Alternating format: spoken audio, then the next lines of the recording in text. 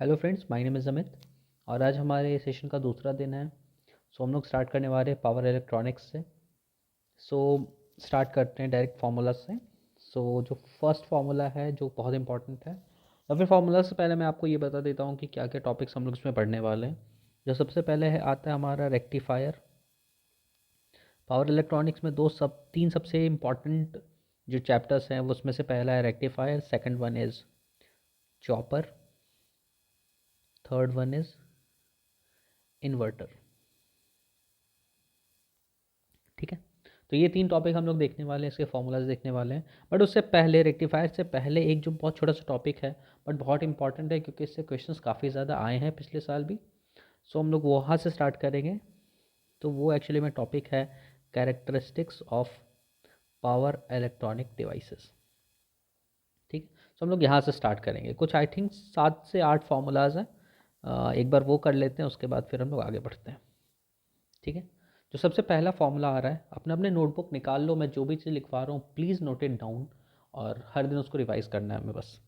ठीक है, तो सबसे पहला फॉर्मूला जो आता है हमारे पास वो है वोल्टेज रिपल फैक्टर। ठीक है, उसका जो फॉर्मूला होता है इट्स V/A0। ये क्या है ये मैं अभी बताता हूँ आपको, पहले फॉर्मूला नोट डाउन कर लो। ठीक है, वेयर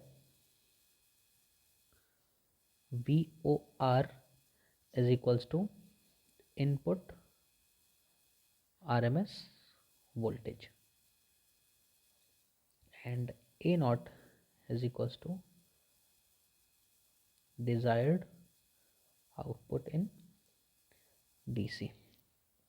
ठीक है, अभी इससे डायरेक्ट क्वेश्चंस आते हैं। आप प्रीवियस ईयर कुछ निकालोगे तो आपको समझ में आएगा कि ये जो टॉपिक है इससे डायरेक्ट क्वेश्चंस आए हैं। ठीक है, ये जो है टॉपिक हमारा VOR/A0, इसको एक और चीज़ भी बोलते हैं, that is called form factor. ठीक है, ये फॉर्मूला इंपॉर्टेंट है, याद रखना है, इससे क्वेश्चन डायरेक्टली आए हैं। ठीक है, चलो आगे देखते हैं। सेकंड इंपॉर्टेंट क्या है हमारे पास, that is sorry total harmonic distortion. बहुत इंपॉर्टेंट है।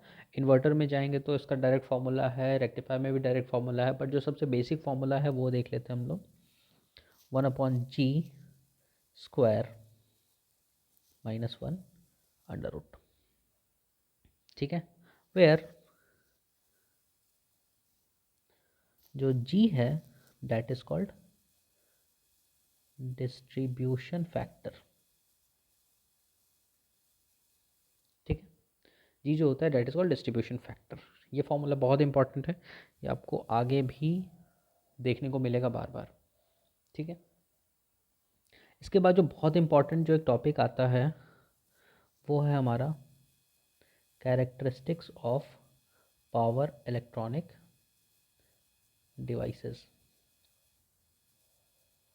ठीक है, कैरेक्टरिस्टिक्स देखना, अभी 6 अलग अलग पावर इलेक्ट्रॉनिक डिवाइस के बारे में मैं छोटा छोटा छोटी छोटी चीज़ें बताऊंगा, शॉर्ट शॉर्ट थिंग्स होंगे।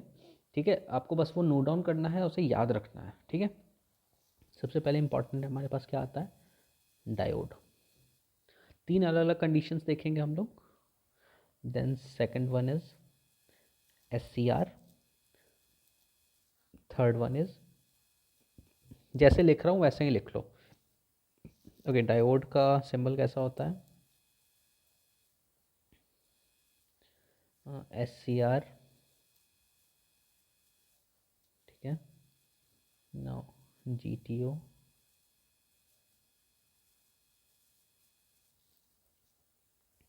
अब कैरेक्टरिस्टिक्स देखो, सबसे पहला ये होता है एक यूनिडायरेक्शनल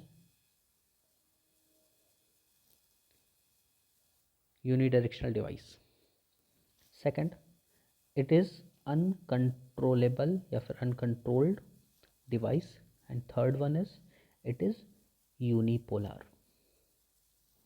ठीक है, यूनि डायरेक्शन मतलब करंट की फ्लो हमेशा इस डायरेक्शन से इस डायरेक्शन में ही होगा, इसका रिवर्स पॉसिबल नहीं है, ठीक है।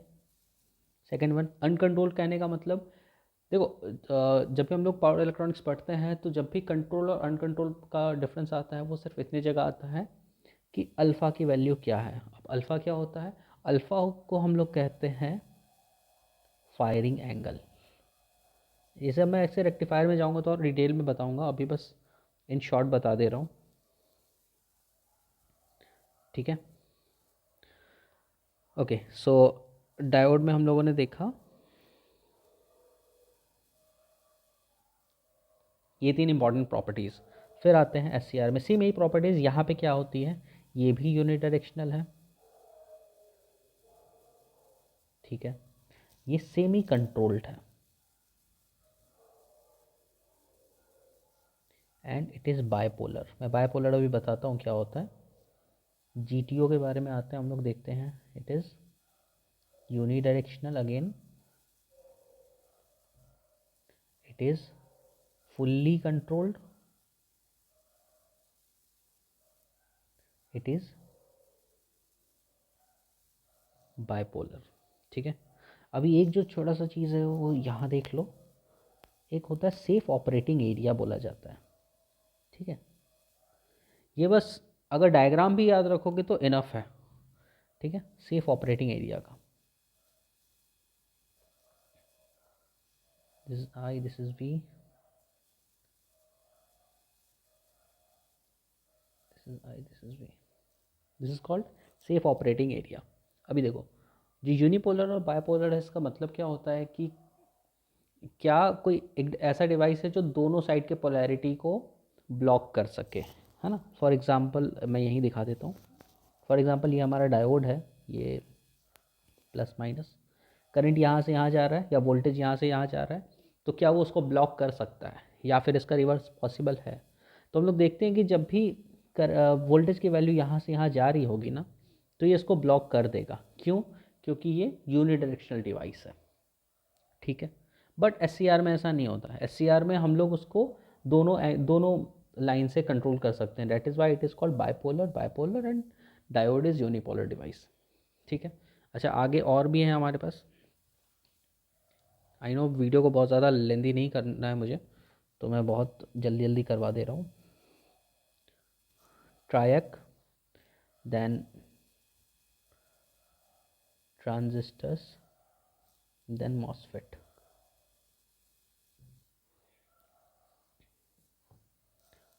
ट्रायक का सिंबल, मैं सिंबल सिर्फ इसलिए बता रहा हूँ ताकि आप लोग को याद रहे।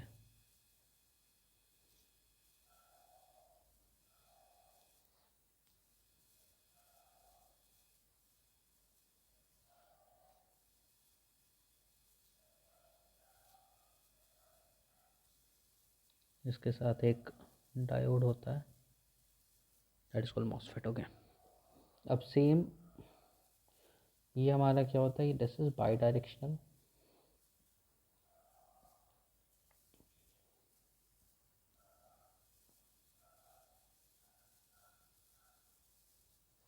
ये है हमारा यूनी डायरेक्शनल, मैं शॉर्ट फॉर्म में लिख दे रहा हूँ, ये हमारा बाई डायरेक्शनल, ठीक है। ये है फुल्ली कंट्रोल डिवाइस,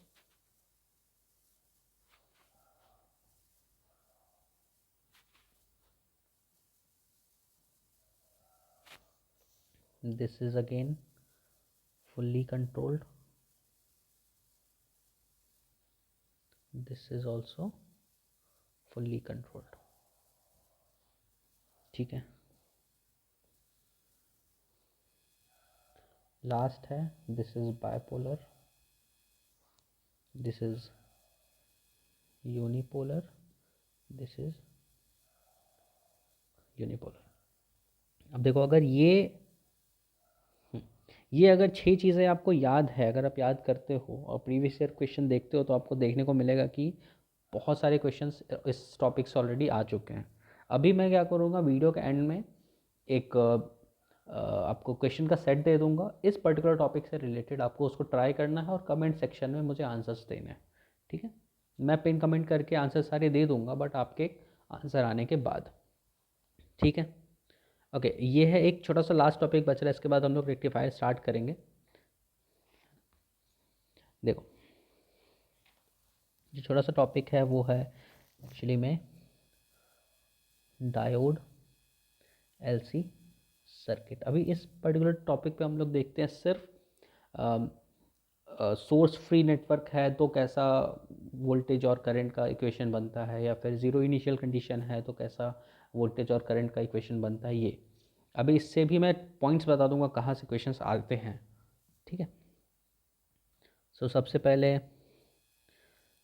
जो VCT होता है, मैं अभी डायग्राम भी बना दूंगा तो आपको क्लियर हो जाएगा। cos omega naught T plus VCO, sorry, cos omega naught T and ILT की बात करें तो root under CYL VS minus VCO sine omega naught T, where omega naught is equals to 1 root under LC। ये कुछ कुछ ऐसे formulas हैं जो आपको अलग अलग सब्जेक्ट में देखने को मिलेंगे, जैसे ये पावर सिस्टम में भी आपको ये फार्मूला देखने को मिलेगा, ठीक है, सेम यही फार्मूला। ठीक है, मैं डायग्राम बना देता हूँ, आपको क्लियर हो जाएगा। यहाँ पे एक स्विच लगा है, then we have L, we have C, ये हो गया अपना, ठीक है। यहाँ से जो करंट आ रही है ILT है, क्योंकि ये इंडक्टर करंट है। ये VL होगा, ये प्लस माइनस ये VC होगा, ये C है, ठीक है। ठीक है, जो जो मैंने यहाँ पे लिखा है वो सब आपको देखने को मिल जाएगा। VS is the input current, input voltage sorry, ठीक है। VCO is nothing but the capacitor voltage, और तो कुछ नया नहीं है, ठीक है। ठीक है, अभी देखते हैं अगर कंडीशंस लगाएं, फॉर एग्जांपल पहला कंडीशन, अभी इसमें आपको याद रखना है ये दो फॉर्मूला याद होना चाहिए आपको, ठीक है। पहला कंडीशन है ज़ीरो इनिशियल कंडीशन, ठीक है। ज़ीरो इनिशियल कंडीशन में हम लोग क्या करते हैं, VC0 को क्या कर देते हैं ज़ीरो, अब PC0 एक्चुअली में क्या है, ज़ीरो इनिशियल कंडीशन कहने का मतलब हम लोग को मालूम है कैपेसिटर और इंडक्टर जो होता है वो एक पैसिव एलिमेंट्स होते हैं, ठीक है। तो ये कैसे होता है, ये एनर्जी को स्टोर कर सकते हैं। तो हम लोग जब भी L और C से रिलेटेड कुछ भी क्वेश्चन को करते हैं तो हम लोग को ये बहुत इंपॉर्टेंट ध्यान में रखना पड़ता है कि इनिशियली क्या इंडक्टर या कैपेसिटर चार्ज हैं या नहीं, ठीक है। तो जब भी आप LC के जितने क्वेश्चन देखोगे आपको ये टर्म ज़रूर देखने को मिलेगा कि वो चार्ज है या डिस्चार्ज है। T is equals to zero minus पे क्या वैल्यू है, मतलब इनिशियली वो क्या था, ठीक है। ऐसी चीज़ आपको देखने को मिलेगी, ठीक है। सो VC0 करेंगे तो सेम ये फॉर्मूला हमारे पास क्या बन के आ जाएगा, VCT, जो ऊपर फॉर्मूला मैंने ये लिखवाया है, जस्ट इसमें से VC0 को क्या करना है, हम लोग को ज़ीरो कर देना। तो यहाँ क्या बचेगा, 1 minus cos omega naught T, बस। और यहाँ क्या बचेगा, T is equals to root under C/L VS sine omega naught T, ठीक है। सेम दूसरा क्या कंडीशन बनता है, सोर्स फ्री सर्किट, ठीक है। इसमें क्या होता है हमारा, सोर्स फ्री सर्किट में हम लोग क्या करते हैं, जो सप्लाई वोल्टेज है हम लोग उसको ज़ीरो कर देते हैं, सिंपल। सोर्स फ्री का मतलब जो सोर्स हम लोग गिवन दे रहे हैं उसको ज़ीरो कर देंगे। तो यहाँ क्या बचेगा, VCO cos omega naught T, और ILT is equals to minus of VCO root under C/L sine omega naught T. अभी देखो, इस टॉपिक में आपको सिर्फ ये दो फॉर्मूला याद करना है, ठीक है, सिर्फ ये दो फॉर्मूला याद करना है। और आपको ये चीज़ें पता होनी चाहिए, जब भी हम लोग जीरो इनिशियल कंडीशन बता रहे हैं तो क्या होगा, VC0 ज़ीरो हो जाएगा, सोर्स फ्री बोल रहे हैं तो VS ज़ीरो हो जाएगा, सेम उसको यहाँ पे अप्लाई कर देना है। सिंपल सा तरीका है, इसको याद करने की भी ज़रूरत नहीं है, ये जो टॉपिक है इसको याद करने की भी ज़रूरत नहीं है। अगर आपको ये फॉर्मूला याद है ये वाला तो आपको इसकी ज़रूरत नहीं पड़ेगी, ठीक है। चलो आगे एक छोटा सा टॉपिक और बचा है, उसके बाद हम लोग रेक्टिफायर मतलब इसी का एक्सटेंशन है, देख लेते हैं।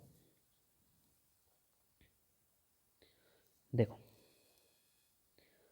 हम लोग बेसिकली इसमें देखते हैं, जब हम लोगों ने अभी तक हम लोगों ने क्या क्या देखा है, इस सर्किट में आते हैं।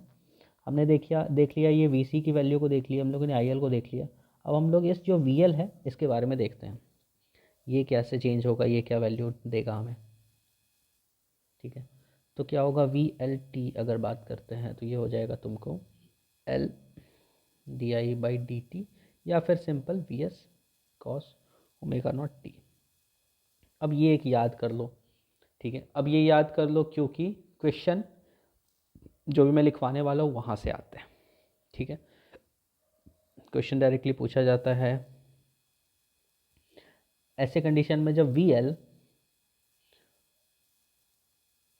स्टेडी स्टेट में होगा तो मैक्सिमम सप्लाई वोल्टेज कितना हो सकता है। ठीक है, ये जो पॉइंट मैंने लिखा है, जब वी एल स्टेडी स्टेट में होगा तो वो मैक्सिमम कितना सप्लाई वोल्टेज दे सकता है, and that is 2 into V S. एक पॉइंट आता है that is peak inverse voltage कितना हो जाएगा, वो वी एस के बराबर होता है। ठीक है,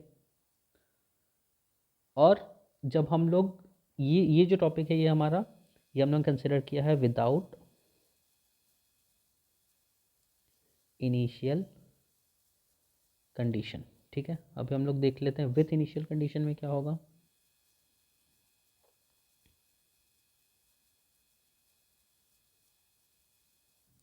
विथ इनिशियल कंडीशन में हम लोग देखते हैं क्या हो जाता है, जो वी सी पाई है, सर ये सी होने वाला है, वो कितना हो जाता है 2 V S minus of V naught. ठीक है, और इसमें जो पीक इनवर्स, सर मैं नीचे लिख देता हूँ, पीक इनवर्स वोल्टेज है वो हो जाता है V S minus V naught. ठीक है, अब आपको याद रखना है, मैं मार्क कर देता हूँ, एक ये, एक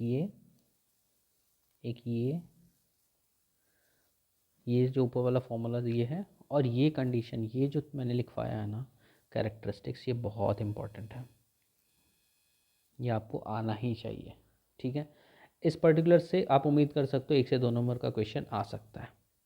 ठीक है, इतना पार्ट हो गया। अभी मैं आपको कुछ क्वेश्चंस दे रहा हूँ, आपको उसको सॉल्व करना है, इसी पर्टिकुलर थीम पर है, कुछ अलग नहीं है।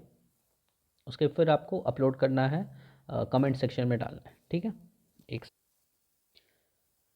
सो ये आप सामने देख सकते हो, ये हमारे पास मैंने टोटल 3 क्वेश्चंस लिए हैं, 1 2 3। ठीक है, ये 3 क्वेश्चन है, सेम टॉपिक पे है। आपको क्या करना है कि तीनों का सॉल्यूशन बना करके लिख करके कमेंट सेक्शन में डालना है, और जो फाइनल आंसर होगा वो मैं कमेंट में पिन कर दूंगा। ठीक है, वीडियो मुझे थोड़ा छोटा करना था, बट आई एम सॉरी वो थोड़ा लेंदी हो गया है, बट ये वीडियो जितनी भी चीज़ें हैं वो बहुत इंपॉर्टेंट है आपके लिए। इसको रिवाइज़ कर लो, सारी वीडियोस पूरी स्टार्ट टू एंड एक बार देख लो, क्वेश्चन को सॉल्व कर लो, और भी इससे रिलेटेड क्वेश्चन मिलते हैं वो जाके बनाओ। ठीक है, नेक्स्ट क्लास में हम लोग फिर रेक्टिफायर से स्टार्ट करेंगे, फिर मैं उसके कुछ क्वेश्चंस दूंगा, हम लोग सेम ये पैटर्न को कंटिन्यू रखेंगे। ठीक है, सो ये 3 क्वेश्चन है, फर्स्ट वन ये, सेकंड मैच द फॉलोइंग, और थर्ड, ये तीनों गेट के क्वेश्चन है। ठीक है, सो आज का सेशन यहीं पे एंड करता हूँ मैं, और नेक्स्ट क्लास में फिर मिलते हैं डे 3 में। तब तक के लिए थैंक्स अ लॉट।